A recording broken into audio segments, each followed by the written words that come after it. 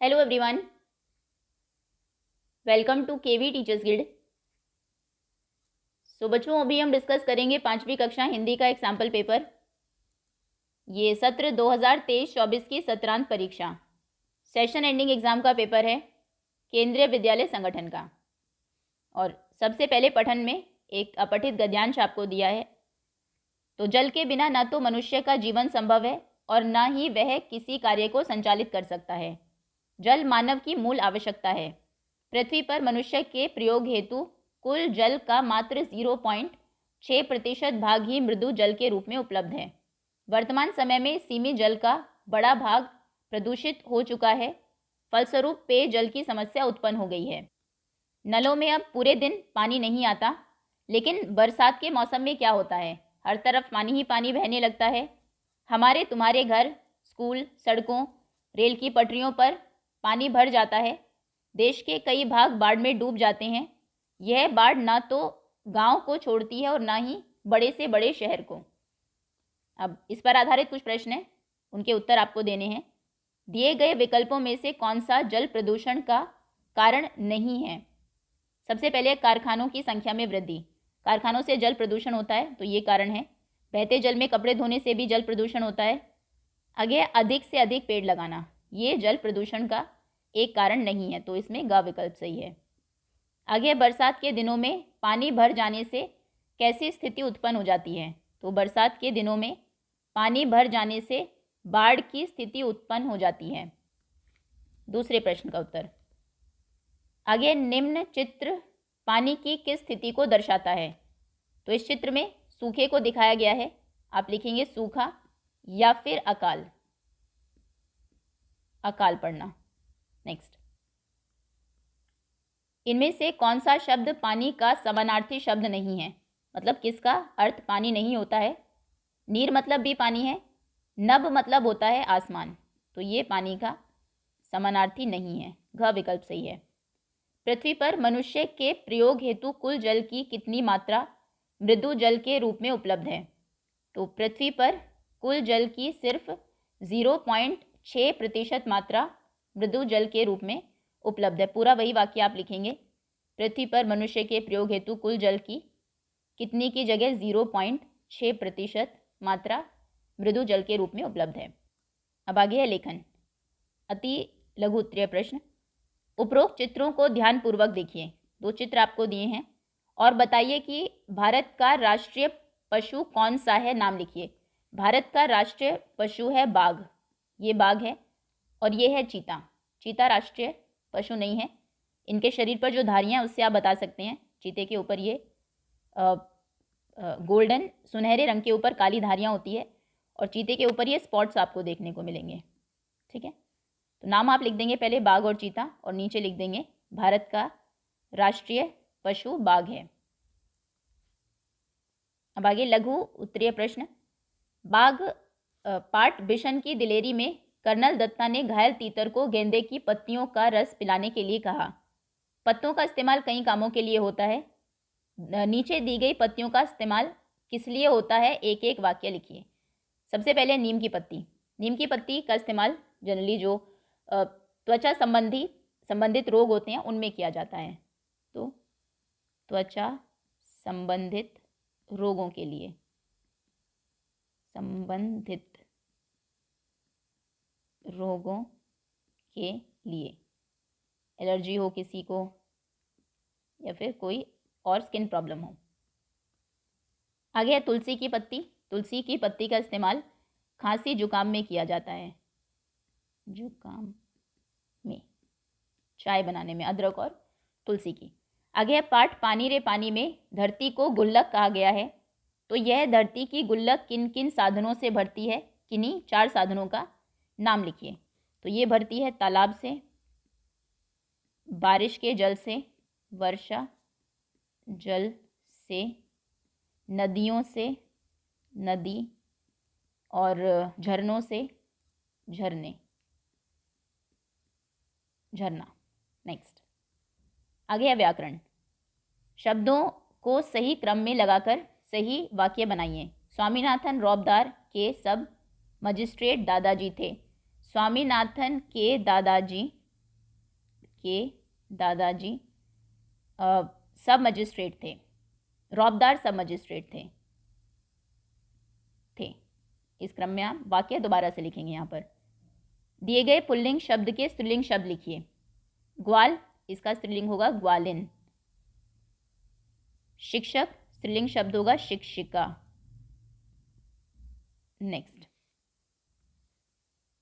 आगे दिए गए वाक्य में बहुवचन शब्द को रेखांकित कीजिए और उसका एकवचन शब्द लिखिए। बरसात के दिनों में, दिनों ये बहुवचन शब्द है। बस्तियां डूबने लगती हैं, तो दिनों इसका एकवचन होगा दिन, और बस्तियां का होगा बस्ती।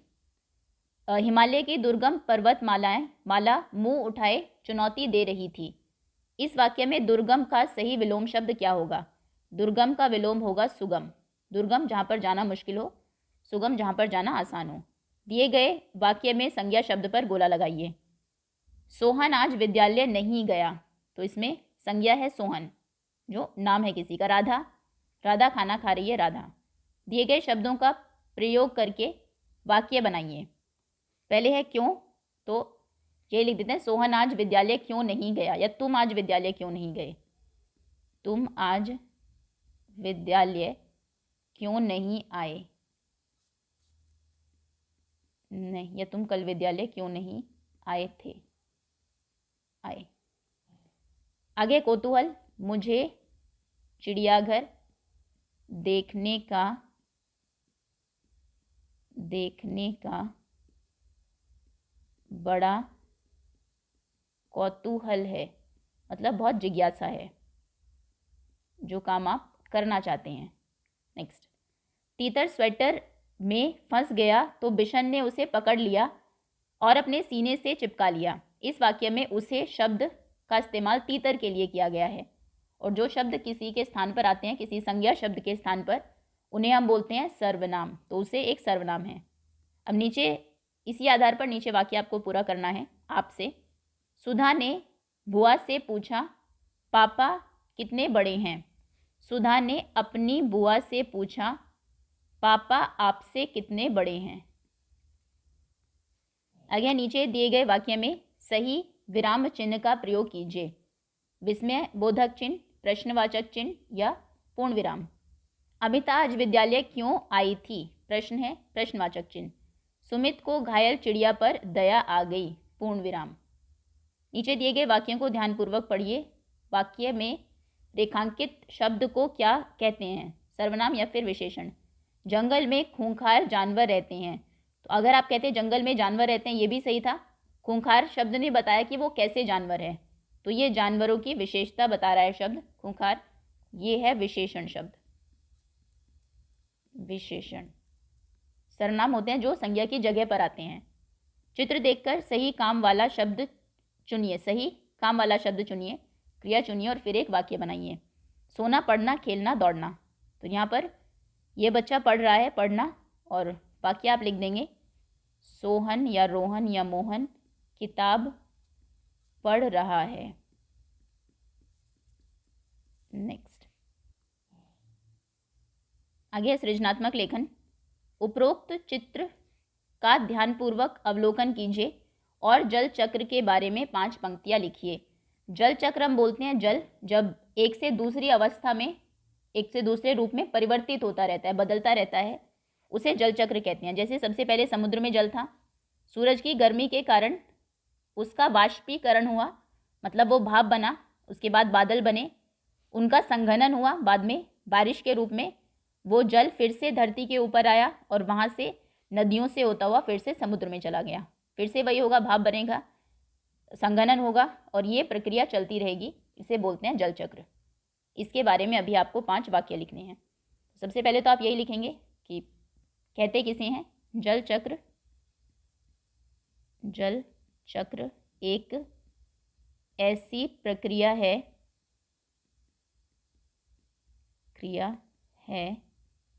जिसमें जल एक से दूसरे रूप में परिवर्तित होता रहता है। पहले वो पानी था, लिक्विड था, परिवर्तित, फिर वो भाप बना रहता है, गैसियस फॉर्म में आया। उसके बाद हो सकता है अगर वो पहाड़ों पर कहीं बारिश हो तो वो सॉलिड फॉर्म में, ओले की फॉर्म में नीचे आए। इस बार बार रूप में जो परिवर्तन होता रहता है इसे हम बोलते हैं जल चक्र। तो आप लिखेंगे नंबर 1। फिर यहाँ से शुरू करेंगे जल चक्र को एक्सप्लेन करना। सबसे पहले समुद्र, सबसे पहले समुद्र का जल सूर्य की गर्मी के कारण, ताप के कारण, या सीधा सूर्य का जल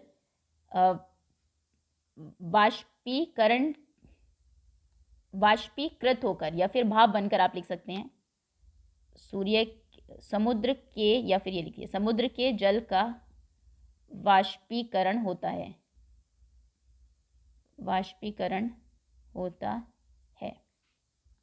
फिर वो जो वाष्प है, भाप है, वो संघनित होकर संघनन की प्रक्रिया से बादल बनाती है, उसका बादल बन जाता है। वह जल वाष्प संघनन की प्रक्रिया से होते हुए, बड़ा सेंटेंस हो जाएगा, से होते हुए बादल बन जाता है। उसके बाद बादल पृथ्वी पर वर्षा के रूप में बरस जाता है। तत्पश्चात बादल वर्षा के रूप में पृथ्वी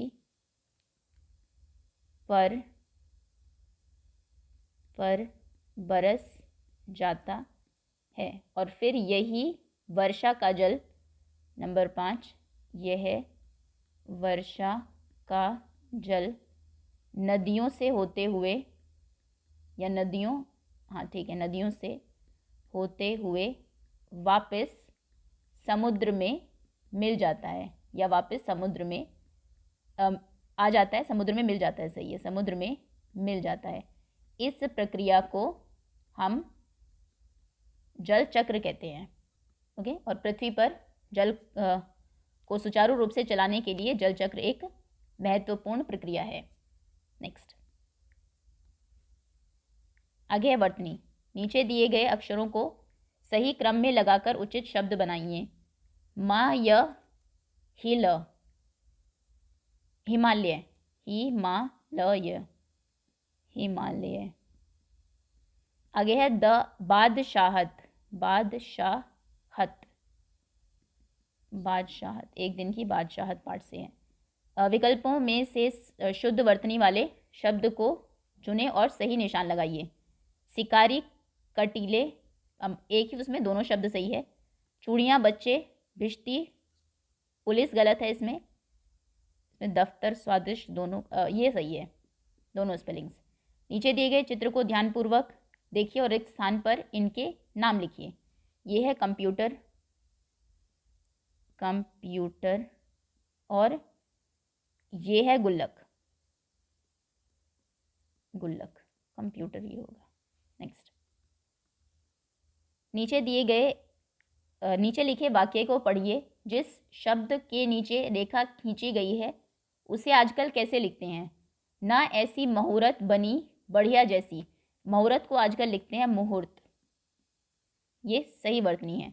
सभी बच्चे अपना गृह कार्य करके आएंगे, गृह कार्य गलत है इसमें। कौन सा शब्द अशुद्ध लिखा गया है? तो गृह कार्य अशुद्ध है, ये ऐसा होना चाहिए, गृह कार्य।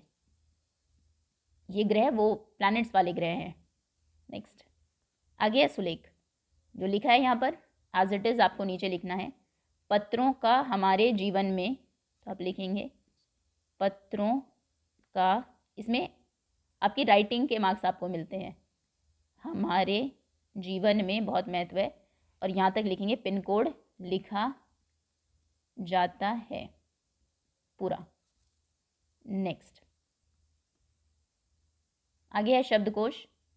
दिए गए शब्दों के समानार्थक शब्द लिखिए। नदी, नदी को और समानार्थक शब्द है सरिता, तटिनी, तरंगिनी, एक दो लिख सकते हैं आप। बादल, मेघ, जलधर, या घन। नीचे दिए गए वाक्यों में रेखांकित शब्द का विलोम शब्द बताकर वाक्य की पूर्ति कीजिए। राहुल एक बहादुर लड़का है किंतु उसका मित्र अनिकेत। बहादुर का विलोम होगा कायर, उसका मित्र अनिकेत कायर है। वाक्यांश के लिए एक शब्द लिखिए। सोने का आभूषण बनाने वाला, जो सोने का आभूषण बनाता है उसे बोलते हैं सुनार। मिट्टी के बर्तन बनाने वाले को बोलते हैं कुम्हार। कभी कभी वे सांझ सकारे निपटाकर नहाना, छोटी छोटी मछलियाँ मछली मारे आंचल का कर छाना। उपरोक्त पंक्ति में नहाना और छाना तुकान शब्द है। इसी प्रकार किन्हीं दो तुकान शब्दों के जोड़े बनाइए, अपनी तरफ से बनाने हैं। जैसे अगर कोई भी शब्द का बना सकते हो, जैसे राजा बाजा, और काम राम नाम आदि। मेरे मित्र ने मुझे खतरे से आगाह किया।